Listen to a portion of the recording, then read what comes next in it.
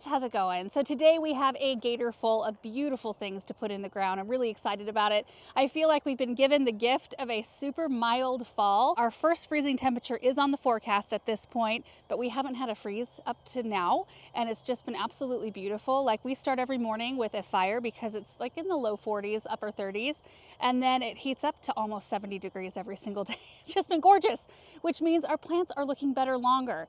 And today we've got a variety of lilac, a butterfly bush, some sedum, and some roses to put in the ground. So we've got the Centara double blue lilac. Maybe we can pop a picture on the screen. I have planted several of these in the past. I think at this point we've got 2 of them in the south garden around the loop. Then we've got a blue chip junior butterfly bush, which stays really small, so they're fun to tuck into little areas in the garden. The sedum variety we have here is in full bloom. Oh my goodness, it's called Pure Joy. And I've got some right on the other side of the stone path that's bloomed out at this point, and we can walk over there, I'll show it to you. But this shows you what color the blooms are when they're more in peak. They're so gorgeous. And then we have more of the reminiscent crema roses. There's some buds here. 1 bloom, and I was hoping it would hold on. As I drove over here, I was trying to go really slow so I didn't bounce all over the place, because I did not want this bloom to fall apart. So that's what's on the list for today. We're just trying to kind of quickly move through as much of our plant piles as we can. I think Paul and Bethany today are working on more clear out in the cut flower garden so we can get that spot planted up, while I try to clear out some things in the high tunnel. Okay, quick stats on these plants before we head out. The Blue Chip Junior grows about 1.5 to 2.5 feet tall and about 2 feet wide. So like I said, a very small shrub, almost like a perennial size. And it blooms midsummer through usually a hard frost. Zone 5 through 9, and they bloom on new wood, which makes them very easy to trim. If you need to trim on them, or if they sustain any winter damage, you can trim them in late spring. The lilacs are a zone 2 through 8. Incredibly winter hardy, tolerant of our high pH soil, big fluffy light blue blooms, and they grow about 6 to 8 feet tall and wide. And like all other lilacs, they bloom on old woods. The only time that you want to be pruning on these, if at all, ideally you would be putting them somewhere where they can just do their thing, which I'm guessing I'm gonna pop these out in the dirtlands because I want some spring color out there. Can you hear the kids? Samantha's chasing Benjamin with the little lawn tractor currently. Anyway, the best time to prune these, if you have to, is immediately after they're done blooming, because they need the rest of that growing season to form up buds for the next year, which you can already see these for next year. See those right there? Down a little bit lower, right in here. Should have some beautiful blooms next spring. The Pure Joy sedum grows about 1 foot tall and can spread about 1.5 feet to 2 feet wide, so it's not a huge sedum, and I love that it's lower. It just goes on the edges so nicely. Again, we'll walk over there so I can show you. These are a zone 3 through 9, and they're just a wonderful plant because it's a once-a-year cutback, and that's all they need. They do not want any fertilizer. They don't want rich soil. They do not want a lot of water. Super great low maintenance plant. And then the reminiscent crema rose, another very small, oh, look at that, honeybee. Oh, it's found us. Anyway, reminiscent crema rose grows about 1.5 feet to 3 feet tall and only about 2 feet wide. Hi, Russell. Hey, dude. So not a super huge rose, but I just love the color. I love the way they look when they're all budded up. They're a little bit more creamy, and then they open up a little more white, and they've got the cream center, just so pretty. And those are a zone 4 through 9. So I think I hit everything, right? Lilac, butterfly bush, sedum, roses. Yes, we need to go find spots. Let me show you those sedum really quick. I can actually show you some reminiscent crema roses already in the landscape as well. So this is the Pure Joy, already bloomed out, but I still think they're beautiful because even when they're done blooming, you can see where the blooms hold on. They kind of have this red color, so they're perfect for autumn. They just fit in. And then this is a reminiscent crema, and so are these right here. There are 2 over here in this. No, there's 3. 1, 2, 3. Yeah, look at this. See the buds? These have a little bit more apricot, and I wonder if that's because they've been a little bit more subjected to the cold. They're more out in the open, while the others have been in a high tunnel. So anyway, that's interesting. Isn't that just gorgeous though? I just love them. Okay, I think I'd like to start with the lilacs first. We've got 5 to place, and I want to say that I've already planted several lilacs on this side of the dirt land, so we might head over to the other side. I'm not sure. We're just gonna go out and get them planted. Real quick, I got one more thing to show you before we head out. Look at that. Look at that iris in bloom right here and right over here. Look at how gorgeous these are. I didn't even realize when I popped these out here that there were some reblooming type. There's just nothing like that smell. It's one of my favorites. Oh my goodness. So there's 3 stalks that have the blooming iris at the moment, which is funny because there's more yellows in both of these patches. Oh, I see a couple more bloom stalks, at least one. I just wasn't the one who initially planted these iris. They were back in the north garden where the dream stream and the pond are now. So I wanted to dig them up and save them because I like iris, whether or not they rebloom or not. And I was pleasantly surprised when they rebloomed. Oh. I see something tried to eat one of Benjamin and my sunflowers that we put out the other day. Oh, and a bunch of seeds out of these. That's fun. Here they come. It's so funny. She's driving around and she's doing this to me. Like, I'm watching you. I'm like, girl, I'm watching you. She just did it again. I think I want to put one here.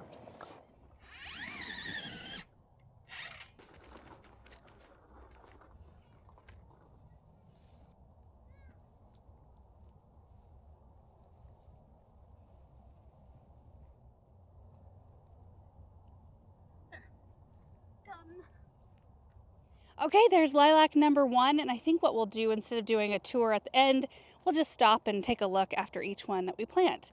So right beyond it, we've got a Leyland cypress, which we thought was dead after the winter. It looked bad, and it's looking so great now. It's really greened up and put on quite a lot of growth since last year. Also, we're gonna have some bright yellow color. Look at these show-off forsythias. Do you remember when we planted them out here? We used them in the pots up front for spring, and that was spectacular. And I'm just so thrilled with how they've done out here. And then we do have an angel white lilac beyond that, so we'll have some really good color out here for spring. This one's actually trying to bloom right now, which is weird. Look at that. There's like white buds opening, but there's a whole bunch of buds down each one of the branches. So that's good. Look at those buds, they're so healthy. And I've also got a Donald Wyman lilac down the way from these. So we'll have some kind of lavender and then this blue one and then the white, and we'll have yellow forsythias over here. It's going to be a riot of color. Oh, and then I've got a purple lilac over there too. Forgot about that. So now we need to head to the other side so we can spread some of the color around.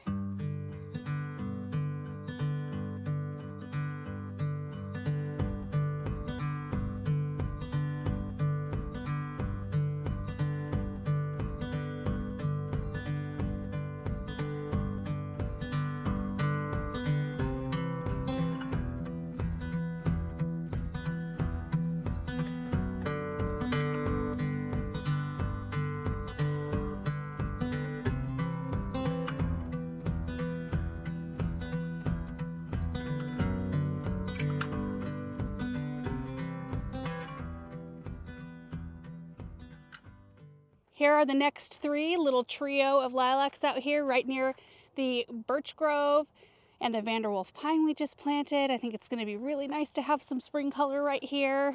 And they're spaced 12 of my shoe lengths apart from one another. So precise. One more lilac left.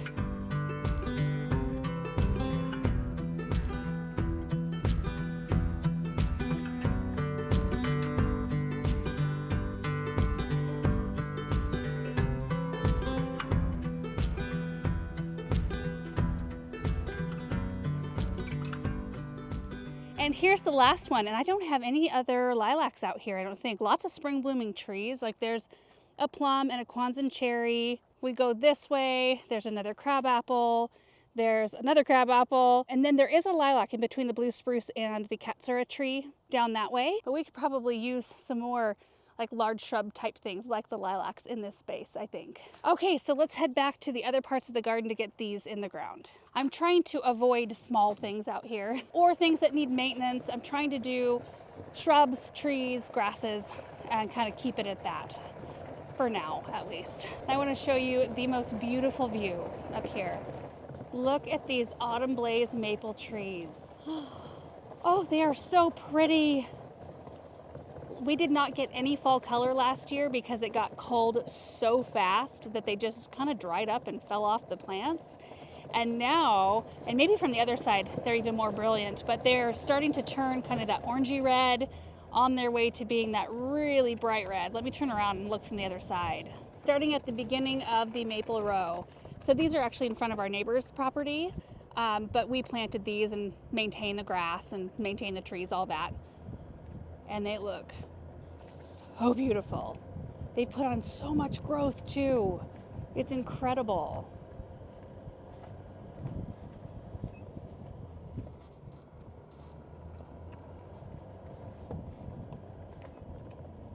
Look at that.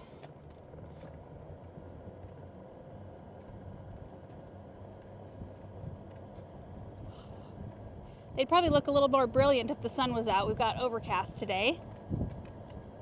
Still beautiful. And the sky's beautiful too.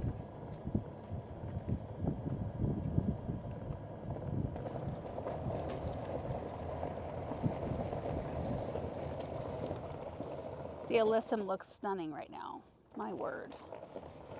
I was thinking of possibly popping the butterfly bush right on the back side of the dream stream.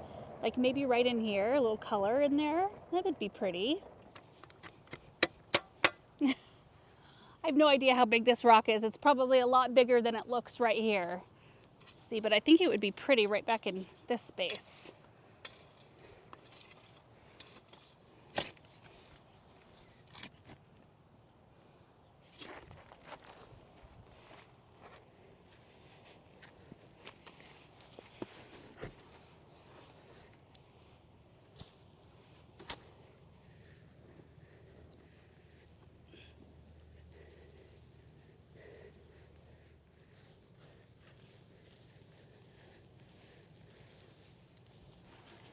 And there it is. Doesn't it look pretty right there?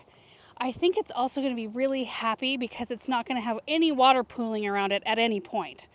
It's going to have very good drainage, which is what this plant wants. I just noticed I missed tucking in the root ball on that side. My goodness. I used my shovel here so that I wouldn't make a huge mess in the mulch. But that is a beautiful plant. Really love it there. For the reminiscent crema roses, I'm actually thinking it would be beautiful to continue on with our drift right here. Kind of back behind the Veronica and the yarrow that we just planted in this space. Maybe if we popped one, you know, like right in here, and then maybe a couple more there, and then finish it off there. So it's just like this nice large drift of them. I think that would be really pretty. I'm gonna go ahead and take a few minutes to deadhead these two. They'll look way better. And the sedum is gonna go in a, well, maybe it could go right here. There's lots of options for that sedum because you can tuck it in pretty much anywhere. I was initially thinking right here in this area, just right where we planted the rhubarb and the invincible ruby hydrangeas, as well as the Stokes asters and the phlox. I left a space for something smaller, but I think they would look really pretty underneath the yarrow too, kind of carrying on. I don't know, we'll try them in both spots and see what we think.